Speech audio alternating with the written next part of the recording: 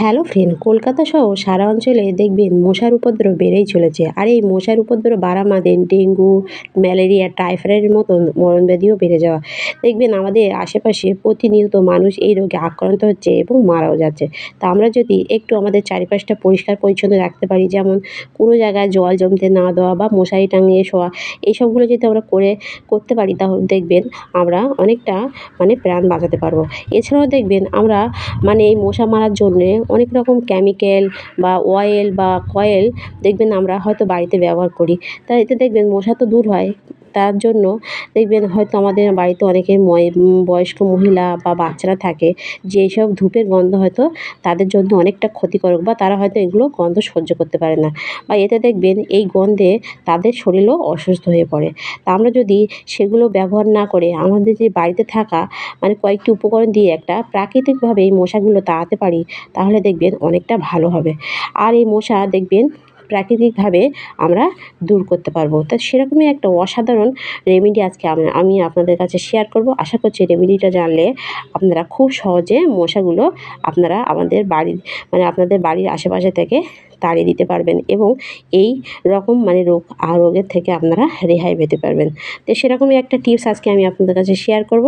তা ভিডিওটা শুরু করার আগে যারা আমার চ্যানেলে নতুন আছেন তারা অবশ্যই সাবস্ক্রাইব করে আমার পাশে থাকবেন, পাশের বেল আইকনটা বাজিয়ে দেবেন। তা চলুন শুরু করা যাক। তা দেখুন, মশা মারার জন্য আমি কোনো রকম ওষুধ কেমিক্যাল এখানে ইউজ করব না।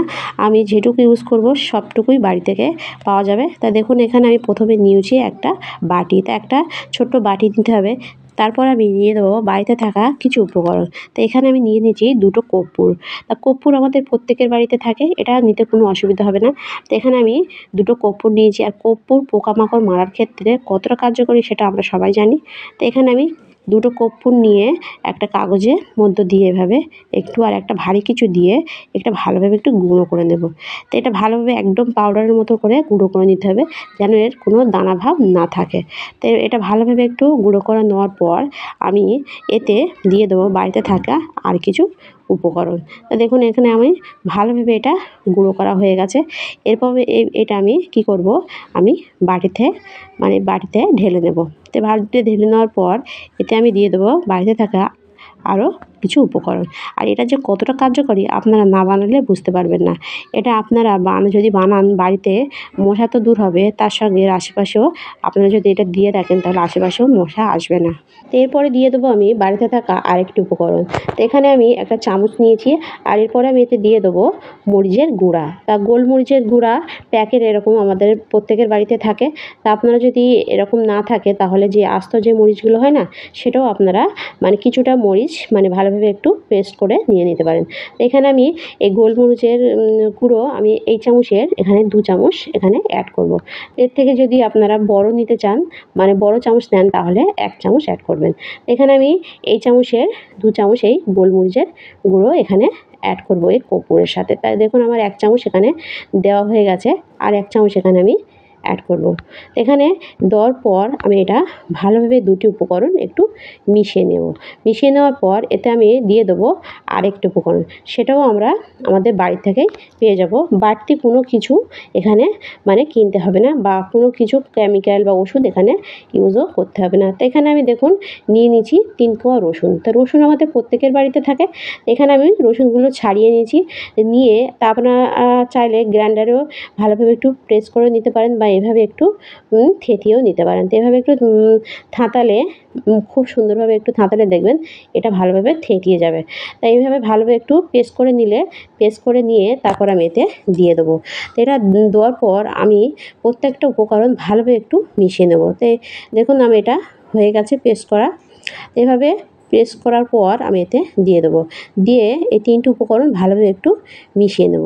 তো এটা মিশিয়ে নিয়ে এতে আমি দিয়ে দেবো জল। তো এখানে আমি ঠান্ডা খুব ঠান্ডা দেবেন না, হালকা উষ্ণ জলও নিলে হবে।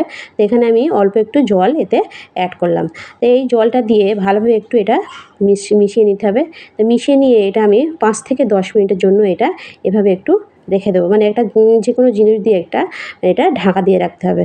আর আপনারা একটু খেয়াল রাখবেন যাতে বাচ্চারা এতে যাতে না হাত দেয়। দেখুন এটা ভালোভাবে 10 মিনিট পর মানে ভিজিয়ে রাখার পর তারপর আমি এটা মানে ফিরে এসেছি। তো দেখুন এরপর আমি নিয়ে নিচ্ছি একটা ছাঁকুনি আর একটা পাত্র। তো এখানে একটা পাত্র নিয়ে নিচ্ছি, তো নিয়ে আমি এটা কি করব, ছেঁকে নেব। তো একটু ভালোভাবে ছেঁকে নিলে কি হবে, আপনারা যখন স্প্রে করবেন এটা, তাই এটা মানে স্প্রে বোতলের মুখে আটকে যাবে না, আর খুব সুন্দরভাবে আপনারা স্প্রে করে নিতে পারবেন। তা দেখুন এখানে আমার ছাঁকা হয়ে গেছে।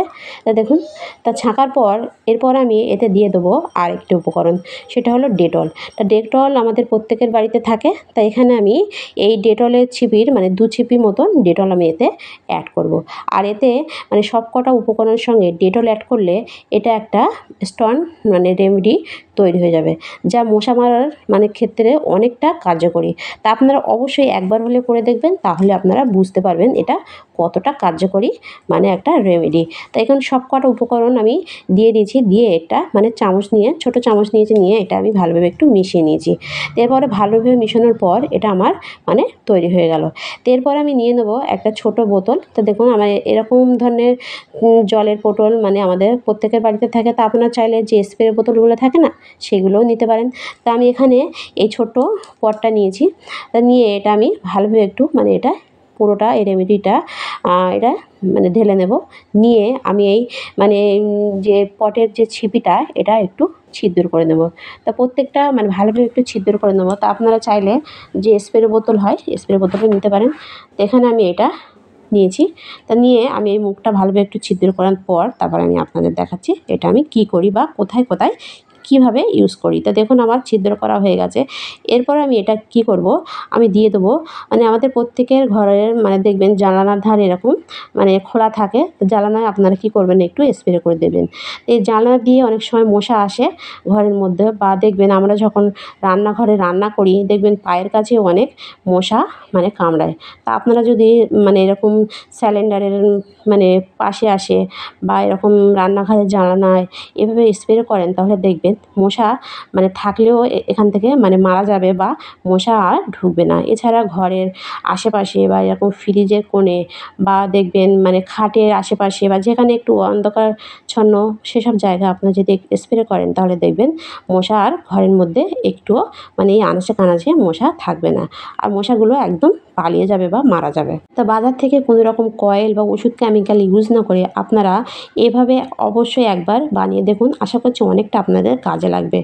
আর এরকম প্রাকৃতিকভাবে মানে একটা মশা মারার রেমেডি আপনারা বানিয়ে নিলে দেখবেন আমাদের বাড়ির বয়স্ক মহিলা বা বাচ্চাদের দেখবেন শরীরের মানে কোনো রোগ বাসা বাঁধবে না। তো অসাধারণ একটা আইডিয়া।